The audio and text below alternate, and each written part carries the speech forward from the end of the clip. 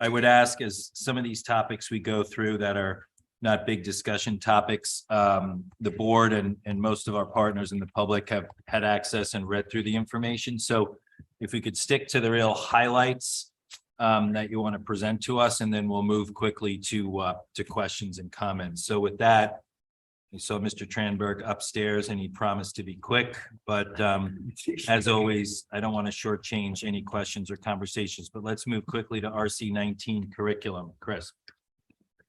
Good afternoon. Thank you, everyone.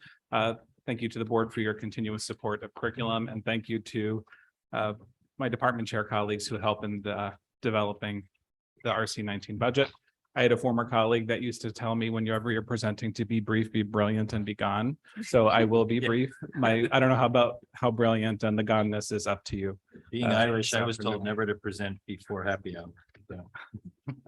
So I'll just draw your attention to a few things. First, account 191-2009. While the only increases for the contracted services for the interventionists there, I'm only pointing it out because the number of students receiving EL services is exactly the same, 65 right now, as it was the last time we discussed potentially needing to add additional support to that position. And when it was at 65, we decided not to do that. And I haven't put in that request, but we're at that number again that starts to put some strain on the reading intervention and the EL, because our interventionists are the teachers that provide those services. So I'm just flagging that for potential for the future. The director of mental health to 21201.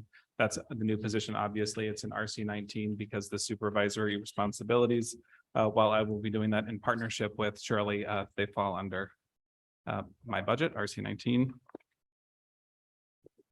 For curriculum development, I'm pointing this out just because it's a large number, even though it's flat at 121,080.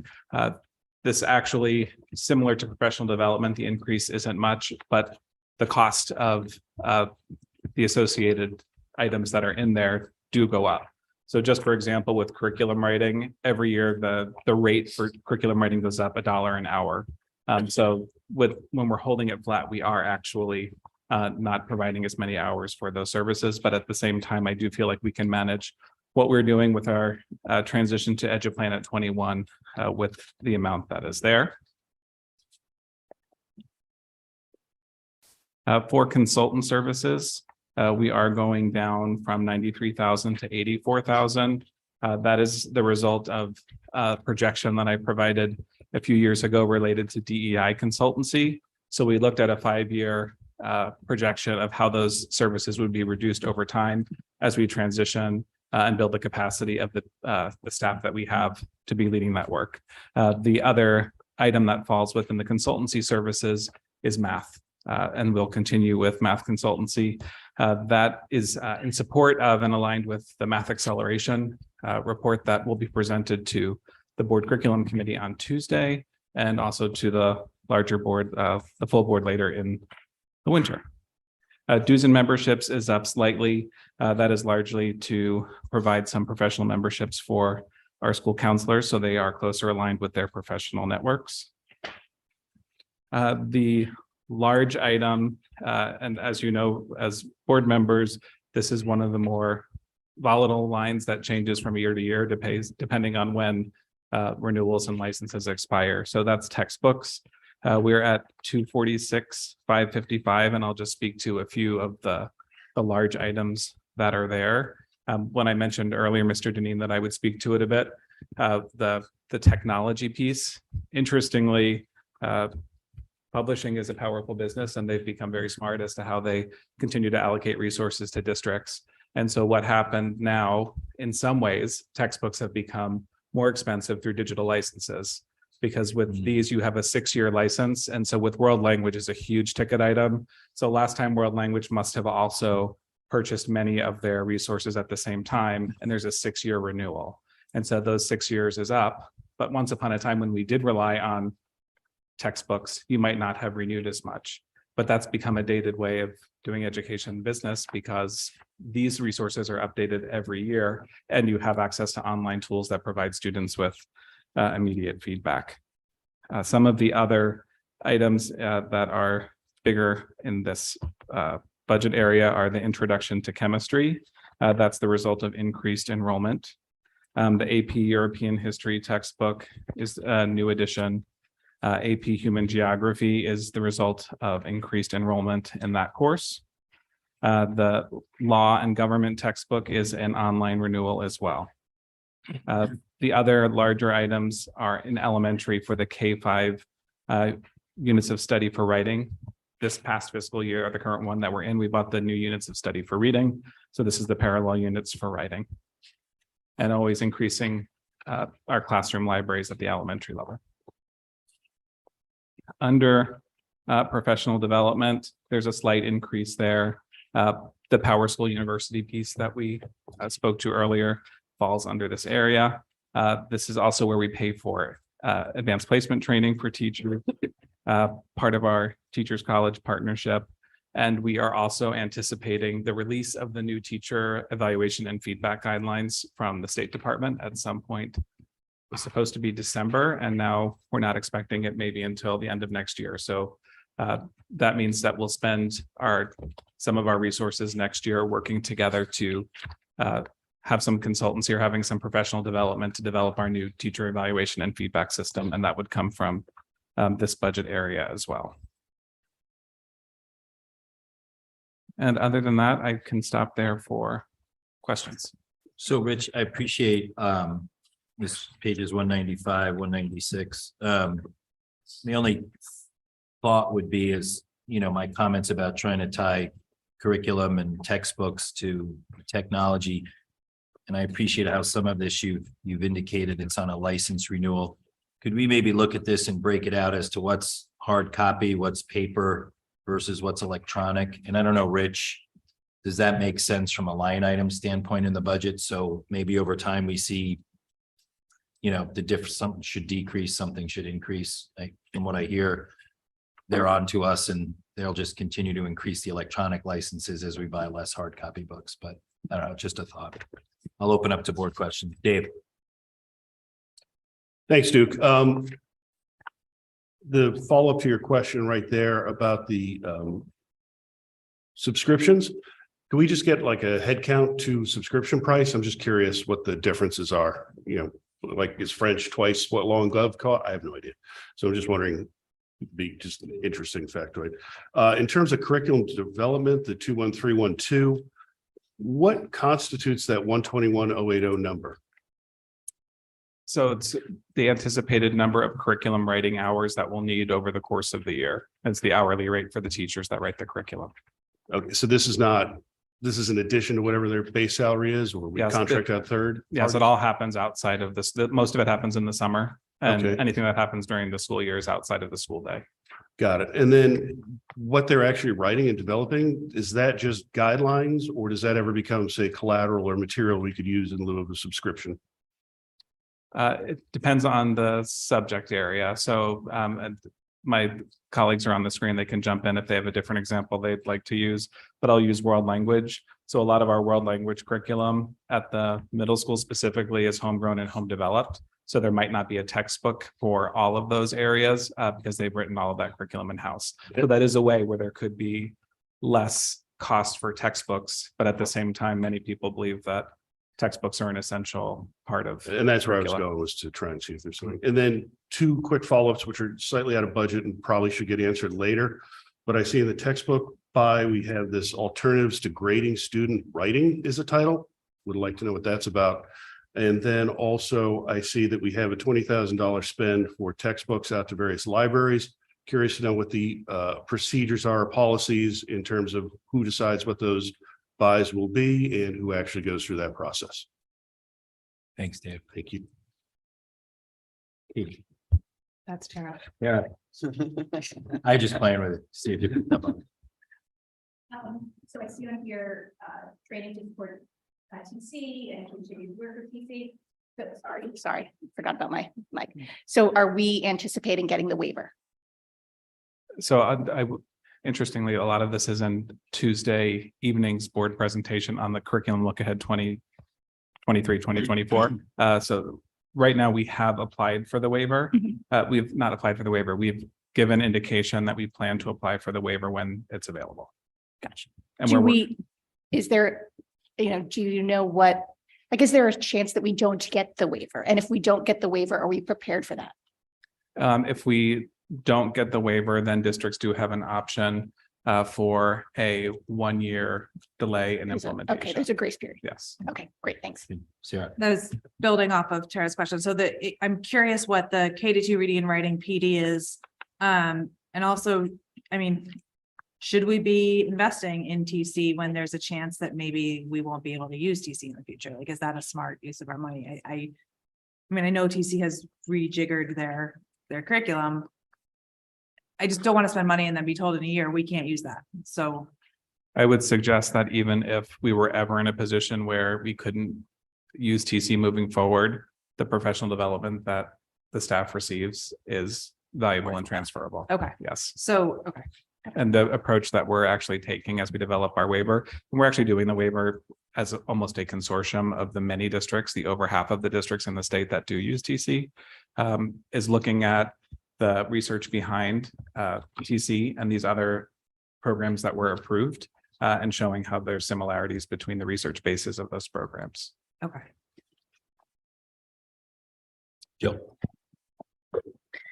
Can we see the caseloads for the literacy interventions? And I'm asking that for two reasons. I know that we are looking at just making sure that we can support a lot of elementary school students who learned to read during COVID.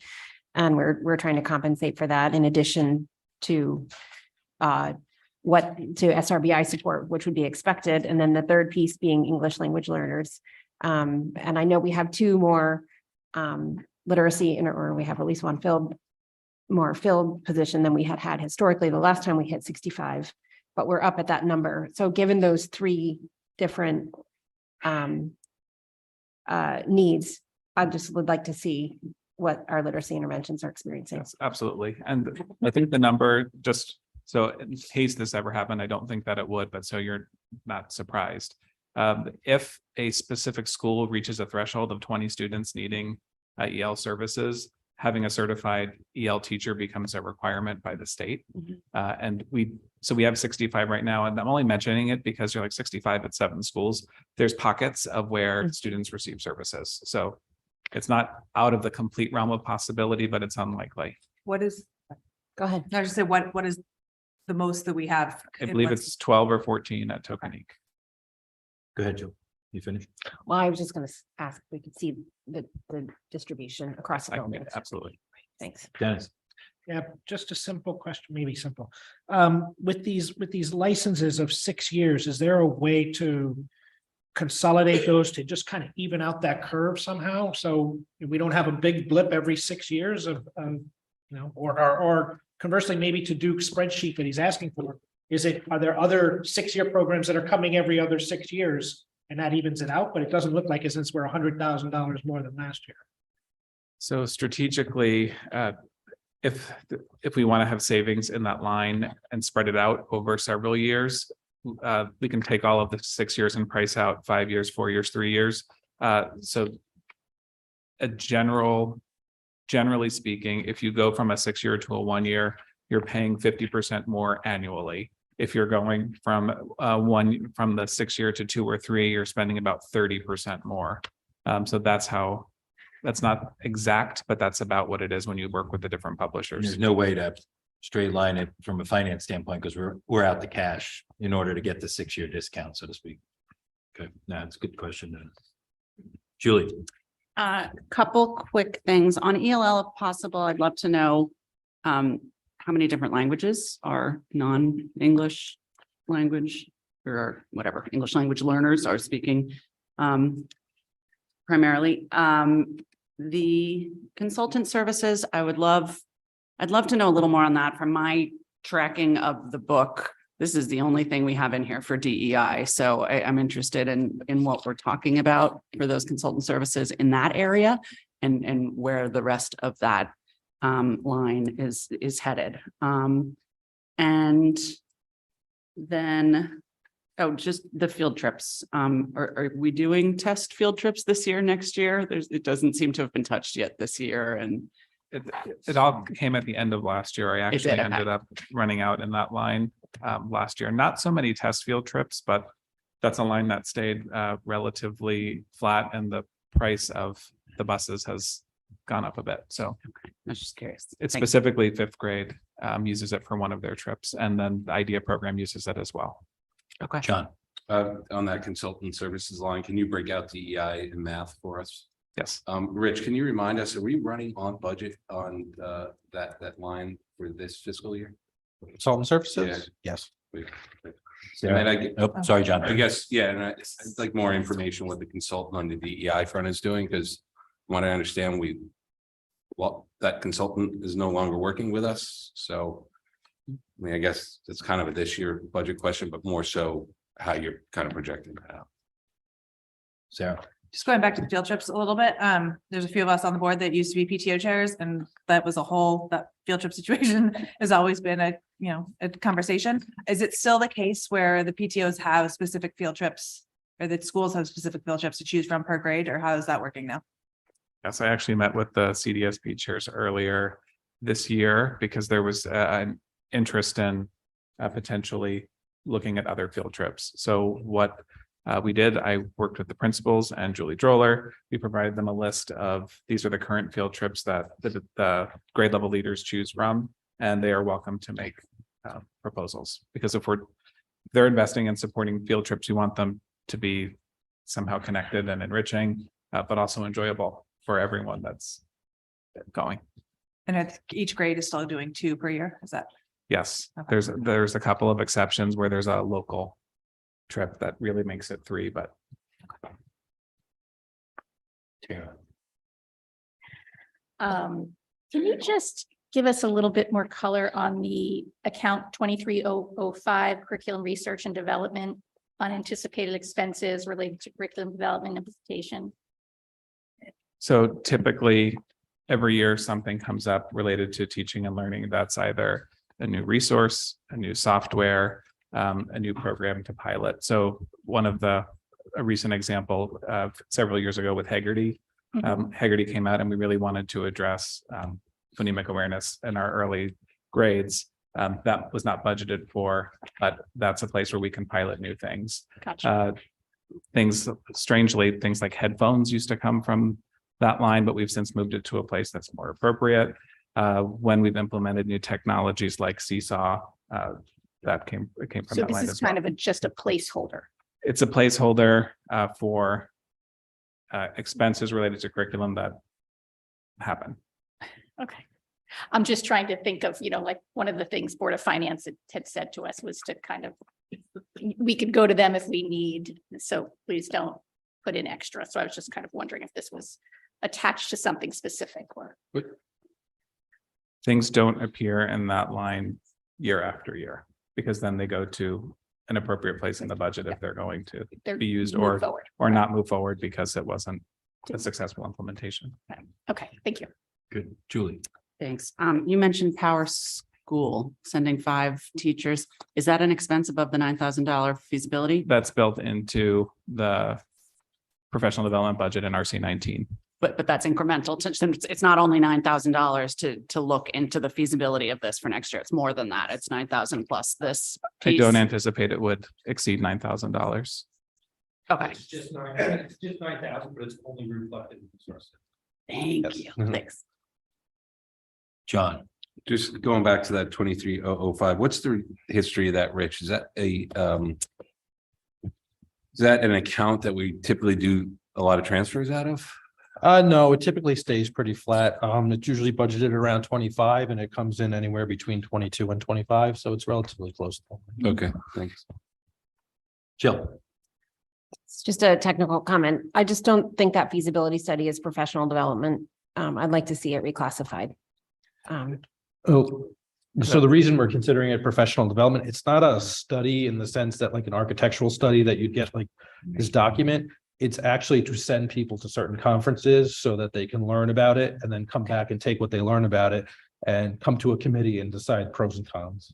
Okay, The other components of that would be us doing the study in-house and using the learning to make recommendations. I don't think we would need a consultant to help us determine if we want to move from Aspen to Power School. So can I flip that upside down? And maybe I'm looking at this from too much of a business perspective, but why wouldn't the vendor come here and present to us as to why we should use them They have, versus us spending $9,000 to send people out to look, see and feel and come back to us? we've started to look at that, and we did have several visits from the vendor this year. The interesting thing, to go to some of the comments earlier with Power School, we have many people that come to Darien not as their first job, teachers and administrators, and 98% of them are coming from a place where Power School was the student data management system. And what we hear 98% of the time is, what is this? And What do you mean? What is this? Aspen. What is Aspen? Yes, Okay. so they've come from a very well-networked, robustly supported program. Parents also who have come from Power School districts to Aspen, they're like, the interface is not as friendly. I don't know what I'm looking at. So there are lots of advantages to the actual training and support of people who are in the district that know the program. The harder part of that is we still have a critical mass of people who know Aspen and they've only known Aspen. So to create the sense of urgency to make a change when it feels like it does all the same things, why would we make such a significant change? So we want to have a view of when you're at Power School University, which sounds like a silly thing. It's a giant conference that shows all of the capacity of Power School, and the way that it interfaces with more systems is really important. And ultimately, even though there's an initial expense, there could be some savings. I'm not sold. I thought I did a I'm not pretty, sold on that I process. thought that was a good pitch. I'm not sold on that. No. So, It's a good pitch, but you didn't sell me. so I would agree. I'd like to see Power School pay $9,000 and come sell us, as opposed to us paying $9,000 to them. They won't do that. They won't do that. Yeah, they Right. don't need So us. I understand, fair, well, I think they're always looking to sell. I hear you on trying to build, a case for it and getting people educated. I would rather you put together that group of internal people that know and love Power Source and put them together with the people here that know and love Aspen. And give them 2 hours, let's give them. Have a 2 battle hours. bots. Yeah. See what comes out of that room. All right, let's keep. John, I mean, I just go to the $9,000 since it seems to be a little contentious. You're trying to get buy-in? Is that what those universities are for among staff members? Is that an understanding what the offering brings us? It's to see the full potential of what it could bring and make sure we can present as full of a picture and really think about what some of those potential savings could be if we fully integrate I the mean, program. is it, how many people are going and could you cut it in half? 3 to 5 are planned. We plan to send 3 to 5, not too many. David, I'm kind of okay with the $9,000 boondoggle. The bigger question is when I look at the 285 to onboard this thing, and I think maybe we need a full presentation of what we're looking at. No, that's next year. Just saying. absolutely. You could use another degree. You should go to Power School University. I find it incredibly disappointing, Chris, that you would not include a board member on that boondoggle. It's getting late. Yeah. All right, let's keep it moving. Where were we? Questions for Chris? Are we good? Ed? Jack? CDSP?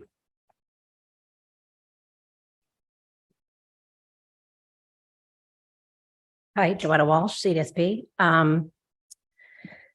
So we understand that Teacher College is not just a reading, writing workshop, but when the money that we invest in the reading, writing workshop, wouldn't that money be better redirected to an account that would support secondary direct reading?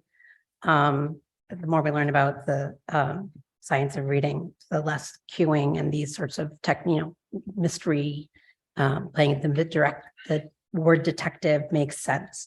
And along those lines, we have been using Teachers College for so long, and we have so many teachers trained in that way. Couldn't we employ the model that we use for other programs where our expert teachers train other teachers on these topics and instruction modules? Considering the DEI work is part of the goal 2 of the strategic plan, where is there space for recommendations put forth, for the recommendations that will be put forth as a result of the DEI district team's equity audit? For example, whatever recommendations for teacher and staff training and resources comes out of it. Thank you. Thank you, Joanne. Deepak? Hi, thanks. We just have 2 questions. As far as the change to the teachers college program or staying with that program, if we're required to, it ends up that we're required to implement one of the scientifically based reading programs. I understand that the 1-year waiver is only for districts with financial hardships. So how does a district qualify for that? I guess is the first question. And the second one follows up on the CDSP question. Is there money in the budget to address what the DEI committee finds or identifies as areas of inequity, and what's the plan to target or address those areas? Thank you. Thank you. Any public comment on RC19 curriculum? Anyone online, Chris? No. You're good from a board perspective. Even with my readers, it's tough, but I think I see Felicia, Julie, Keith, Francis, and Christina. Thank you all for being on the call and participating this afternoon. And as always, thanks for all you do every day for our students. So appreciate it. Have a good rest of your weekend. Thank you. Thank you. So we've moved beyond our time. The good news is we have fast speaking Rich Rudel being the next presenter on several topics. And Chris, thank you for the update there around that. So Rich, I think at a high level, yeah. Summer school, did we Yeah, get that? Rich is doing. Oh, Rich is doing, sorry, my bad. Yeah, no, good. So let's kick it off real quick. And Rich, you know the drill. So we'll start out with RC23 summer school. Yep. So DSS continues to be a great asset to the district. Both Caitlin Stanton and Mark Powers do a tremendous job in running the program. We are anticipating approximately a little over 1,500 students. This past year was the strongest profitability that the program ever had, and we're actually anticipating building upon that. So you see a little bit more revenue and then a little bit more in consultant services, which are the provider payments to help generate that revenue. Great. Thanks, Rich. Questions about summer school? All right, good. Ed, we good? Jack, we're good. CDSP? Just quickly, is the addition of the armed guard, is the intent to just hire one of our SSOs that are already in place in the district, or will it be a new person? Joanne, say that again? Will the SSO be working at summer school? Oh, good question. All right. Yes, is the answer. Okay, good. Thank you. CPAC? No questions. All right, thank you. Rich, we'll move on to something you're familiar with, finance. So there's not much to talk about. There's a small change for the audit. We are mandated by the state to have an audit done every year. Other than that, there is no change in RC20. Okay, board questions on finance. Quick. Dennis, Yeah. sure. So Mr. Rudel, you gave a very interesting presentation a few years ago on hiring a person. And I'm looking at our org chart, and we have thrown more responsibility on you. And yet we still don't see this hire. So I'm wondering, should we revisit that, and or do we, and the other part as well is I would like to look at this org chart, because it really doesn't make sense to me, because the Director of Health Services reports to Mrs. Klein, the Director of Mental Health reports to Mr. Tramberg. It just seems like it's just thrown, new hires are just placed somewhere on an org chart. So I'd love to have a discussion on that later, but I'd love to go back to this Director of Finance, and have we put too much on the plate of the Director of Finance? Oh, wow. Rick, first time you've been quiet. I have a great team, and we've hired a couple of new people who have replaced some individuals, and then I think we're good. So Rich, Dennis, I appreciate you bringing that up, and you did make a good justification for a person a couple of years ago, but as always, the whole cabinet does a phenomenal job. You and your reports interact with a lot of other bodies of town, and you get great kudos from the Board of Finance, from our partners in the RTM. So, if there's a need there and it makes sense structurally from an org chart, just bring it forward. All right, we're here to support. because the financial reporting is, since I've been on the board for 9 years, is 178% better than what it was when I started. So good. We'll move to RC6. We will move to Ed. Anything on finance? Jack, CDSB, CPAC? Nope. Good. Thank you all. We'll move over to administration, RC16. So there's minimal changes for RC16. We are including a demographer report again this year. Say that again. We are including a demographer report again this year. Okay. I will say that having appropriate staffing and then being as tight as you can is an important part of your budget. When you have a demographer report, you tend to be closer to the sections that you budgeted than when you don't. So historically, looking at the years in which you've had a demographer, you're much closer to it being in line than the years in which you've never had a demographer. And then the only other change is there's a slight decrease in legal fees as we don't have the teacher negotiations next year. But as a reminder, we do have administrator negotiations next year. So it's not a complete decrease in that account. And other than that, there really are no changes in RC16. Great. Thanks, Rich. Gabe. What's the high-low range on that delta when years we have versus years we don't? So it depends. You've been off as far as 4. You've been off as far as 2 in some years. So it really depends. You've been off 3. In the years in which you use a demographer, you typically are about over 99% accurate in terms of your sections, and you're about 98%, which doesn't seem like a big difference when you go from 98 to 92. But believe it or not, it is. Thank you. Thanks, Dave. John. Would they have caught this year? They might have. I mean, one of the years that classes we were off was Royal 5th grade, and it was really only by about a student. So it was quite small. I think we were anticipating some of the developments coming online sooner than they did.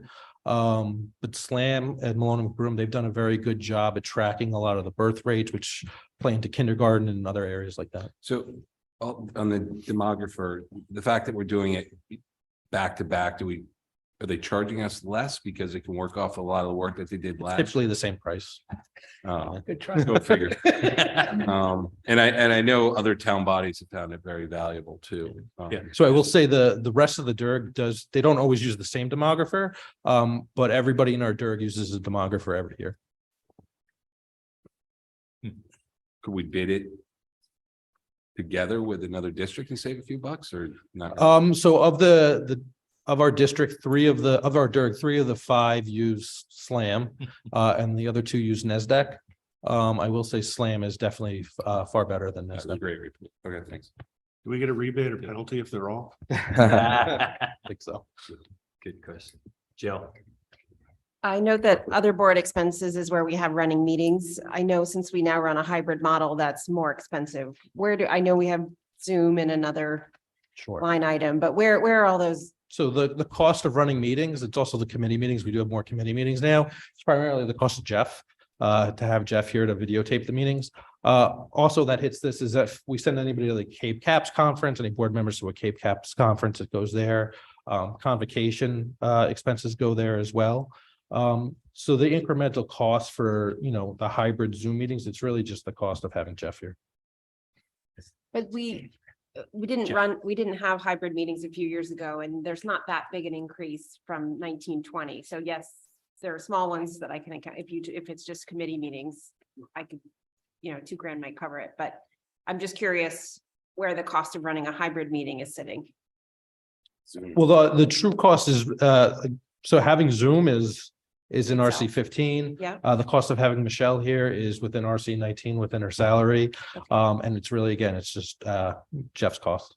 Okay. Of having here. And the TVs are an existing cost. We don't repay for them every year. Thank you. Remember years ago when we had the stenographer here. Yeah.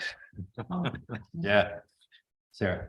I'm just curious about how more you can break out the legal services. I mean, just curious, what is contract related? What is, parent related? I would just love to know what the breakout is of what we spend our legal bills We could do on. that. I mean, the bulk for this year is going to be the teacher negotiations. Sometimes it's policy related, sometimes it's parent related. The P&Z lights, for example, were a cost of legal fees. Yeah. If you have any FOIA issues, that could be an expense as well. So it runs the gamut, but we can have a breakout if you Yeah, want. just curious what we're spending I it on. think that we have FOIA review log on the next agenda or something within the next month. John? Just quick, is the P and Z appeal that is currently underway, that goes on P and Z's books now, right? Because it's a land use appeal. So are you baking anything in next year for the? No.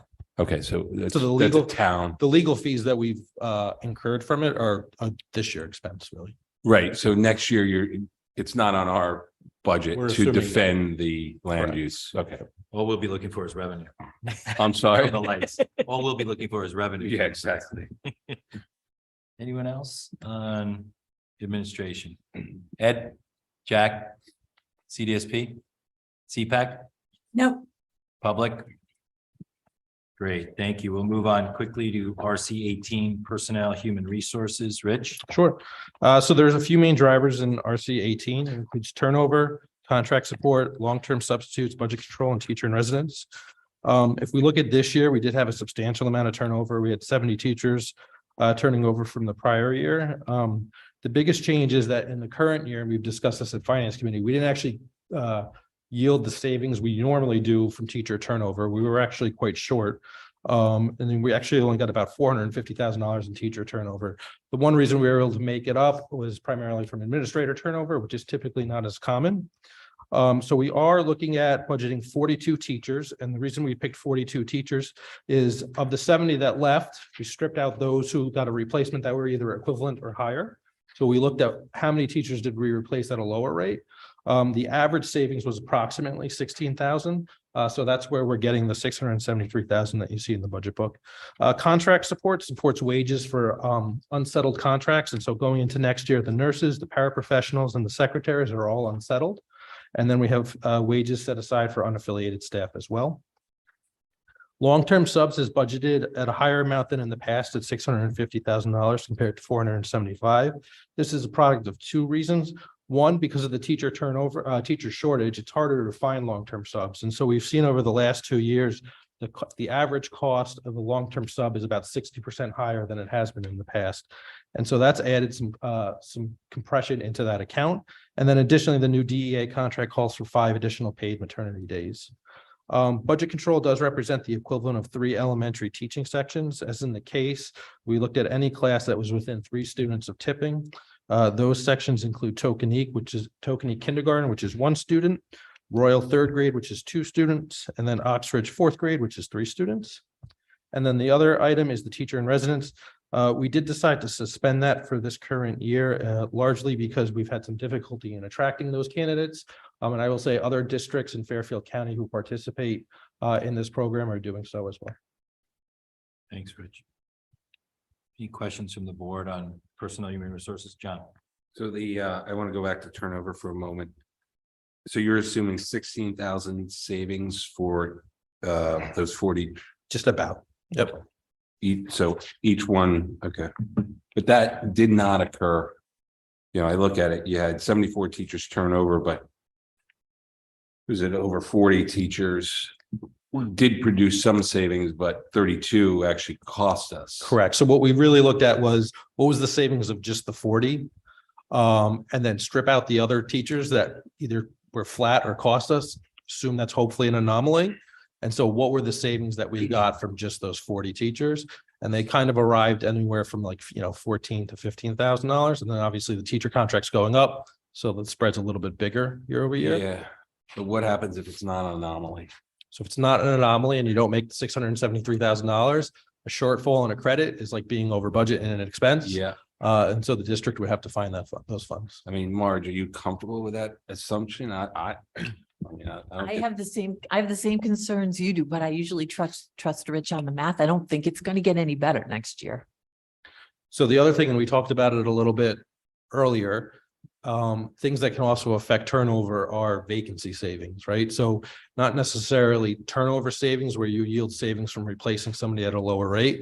But if you have a lot of turnover and you're not able to fill those in a short period of time, you have that gap of money in which you're not paying somebody out because nobody's in that position. So in a situation where maybe your turnover doesn't meet your threshold that you're hoping for, vacancy savings can fill that gap as well. That would kind of be the next route before you have to look in other places. This was definitely a year in which we saw a lot of people leave, but it was also a year in which we saw a lot of positions not be able to fill right away. And so you'd really have to look at both those forms of funds in order to make that credit work. So when I look at that 689, 100, what from this year, what do you think was the vacancy savings in that number? Like what percentage? So the teacher turnover for getting vacancy was about 450 of that 689. And then about a little less than 150 was administrator turnover. So Right. that's assistant principals and principals, et cetera. And then the rest was really just vacancy turnover. So almost $100,000.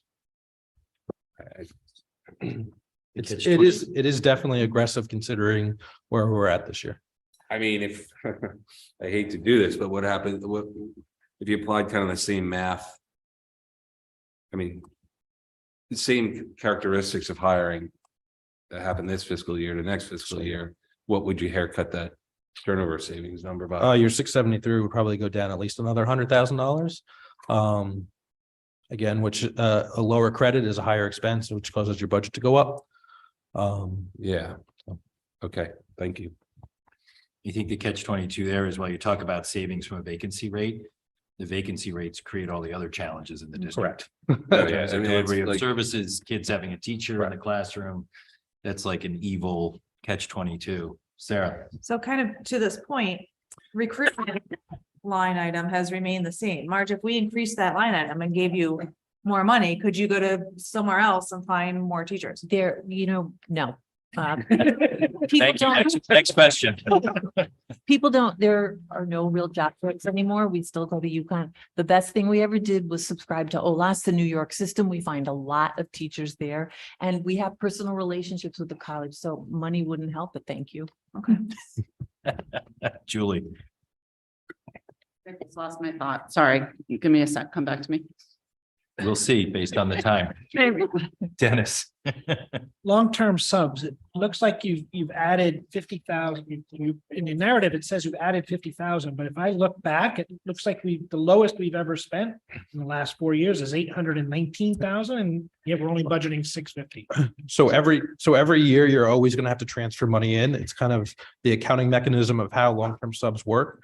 So typically what happens is you have two types of issues when you have a long-term sub. You have one where the teacher who is out is still getting paid, and then you hire a long-term sub, and that's what that 650 is really being used for. And then you have another instance where a teacher is out, and typically it's maternity leave, and at some point that teacher stops getting paid. And then we make a budget adjustment to take the salary savings from that unpaid teacher into long-term subs, which then covers the cost of the sub covering. Thank you. I'll go back to Julie. Thank you. I remembered. Last year's two teachers in residence, are they in district? Did we hire them? Yes. Okay, and then we have one here We have one presently. this year. Okay, thank you. Jill. Two things. I'd like to see some of it may be privileged by executive session, but I'd like to see the assumptions behind the contract support line item. Because that's a big increase. And secondly, I wanted to ask whether the finance committee can bang around different models for the turnover.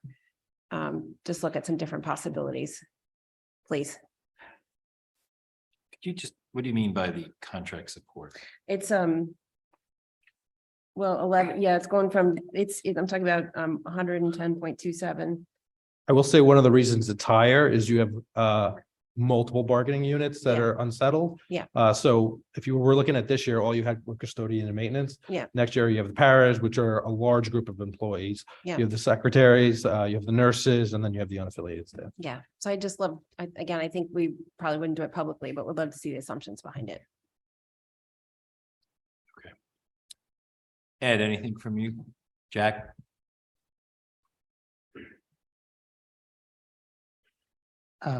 One little point is on that contract support. That is one number that there is a method in which if things are not resolved, it can be carried over into the next year. Rich can explain that at a board meeting at some other time. I do like the vacancy line, and I do like being aggressive on the turnover, because there is something else that exists here. You've heard from both the Board of Finance, and you're hearing it from myself representing my committee, that if you are aggressive and you find out that those numbers don't meet and you can't cover it from other expenses during the year, you come back to us and we'll take care of you. Thanks, Jack. CDSP, thanks, Joanna. Hi, going further on the contract support, could we have a breakout of this big number, what is for paras, what is for nurses, because, there's 13 nurses, but there's almost 124 paras. So it'd be nice to know which amount goes where. Could we have more details on the teacher in residence and why, we're pausing for a multitude of reasons, but why we had trouble recruiting people or having them come to the district? Was that there just wasn't a big enough pool, or do people not want to come and work in Darien? Do they have a choice? And then also regarding teacher in residence, what is the plan to potentially reinstate it at some point? It'd be nice to know if the Board of Education still supports this program in general, even if we don't do it next year.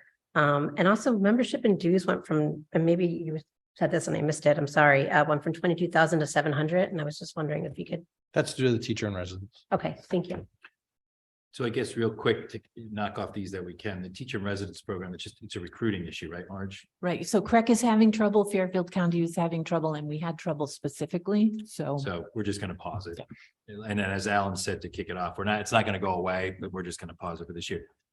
Rich, to Joanna's first question on the more detail on the contract, that's really contractual, right? So if we break out the contract support by bargaining unit, you are tipping your hand a little bit during Okay. negotiations. All right.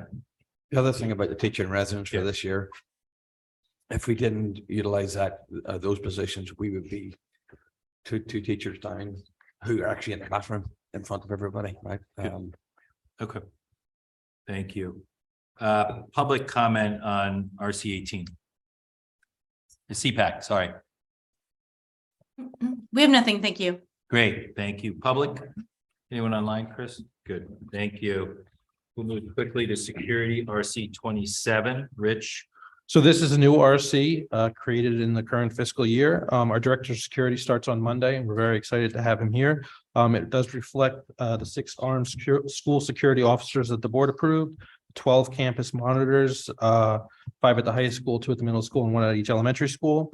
Police and fire services includes fire duty for things like concerts and games, and then any police presence that we need for like moving up ceremonies and things like that. And then security is just materials, whether it be radios or any other materials related to school security. So I guess, Rich, in the interest of some of the themes that have come up here around forecasting, so a lot of this is, some of this will be upfront getting started dollars. Correct. But then I think we'd like to understand what's a replacement cycle around some of this stuff. So, all right. And then I think the board will have a further conversation. I think to earlier in the day, we had conversations around ticket revenues and those costs offsetting some of these services like security and all around concerts. So there could be a revenue line in here at some point in time. So typically we put like gate receipts in athletics, if Okay. it's an athletic event. Because there is security costs staying in there. There is. So under sports officials, Chris talked about it earlier. Right. Typically, we've had campus monitors at games, which is extra added security revenue. Sometimes it's been police, depending on the size of the crowd. So all those are in athletics. All right, good. And then the only thing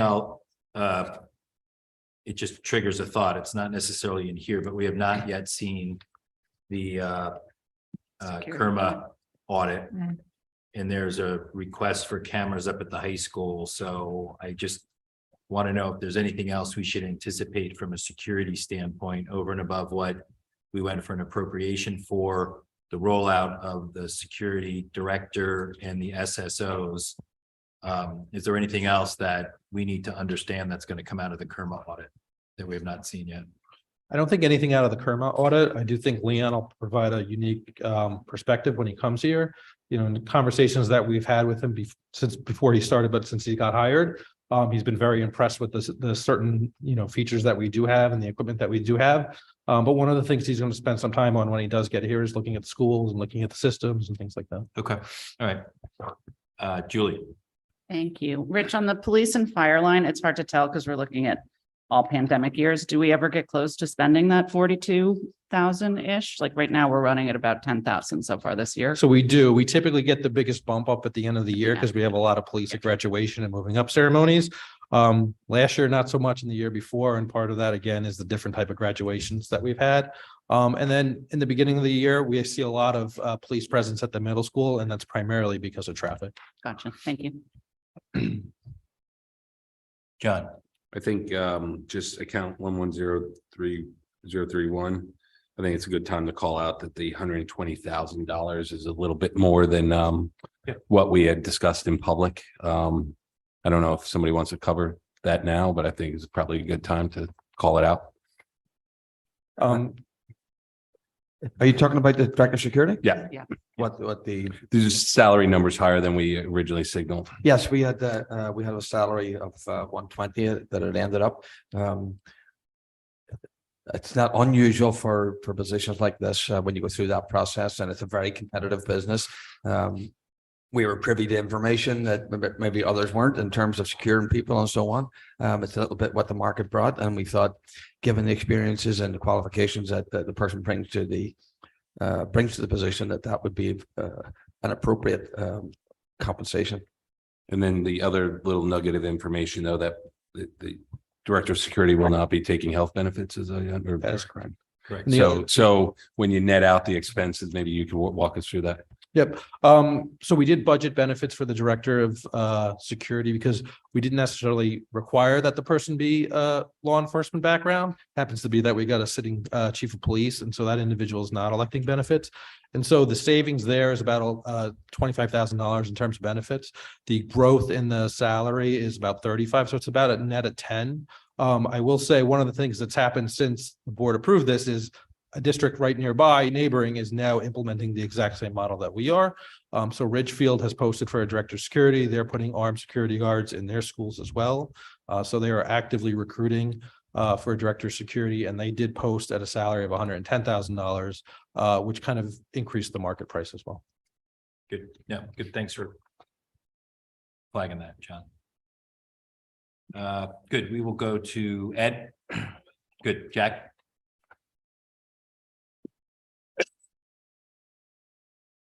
Sorry, every penny counts. So the 25,000 that's currently in the budget for health insurance for that position is going to be an add back to the administration when we're doing cuts? No, so the 25,000 is in the current year's budget. And so you'll see that as surplus in the fiscal 23 budget. We did not include benefits for the. Fine, that's what I wanted to know. Okay, thanks. Thanks, Jack. CSP? That's good. CPAC? Nothing, thanks. Thank you. Public comments on security, RC 27? Anyone online, Rich? Chris? Very good. This should be real quick. We're going to COVID RC 28, Rich. So we're not budgeting anything for COVID, but we do show 3 years of history. So you are stuck with this RC for a few more years, When do we get rid of it? 3 more years. That's just from an accounting and a So if we were to take this RC out, your historical actuals wouldn't actually tie out Yep. to the total budget. So you're kind of stuck with it until those years just kind of pass us by. Good. Good. All right, any Ed, Jack, CDSP, CPAC, any questions around COVID? Hopefully we're beyond that. Public comments on COVID? All right, good. We'll move quickly to public comment. Anyone in the house for public comment? Anyone online raising their hand, Chris? I will say a very quick thank you to everyone in the audience. Thank you to everyone online. Thank you for all the administration, teachers, and principals that participated today. Thank you for all your questions and comments. Thank you for the board for all the homework that's done. This is a long process that's just started. It's a long day, but it's a productive day. So thank you to everyone. Enjoy the rest of the weekend. Motion to adjourn.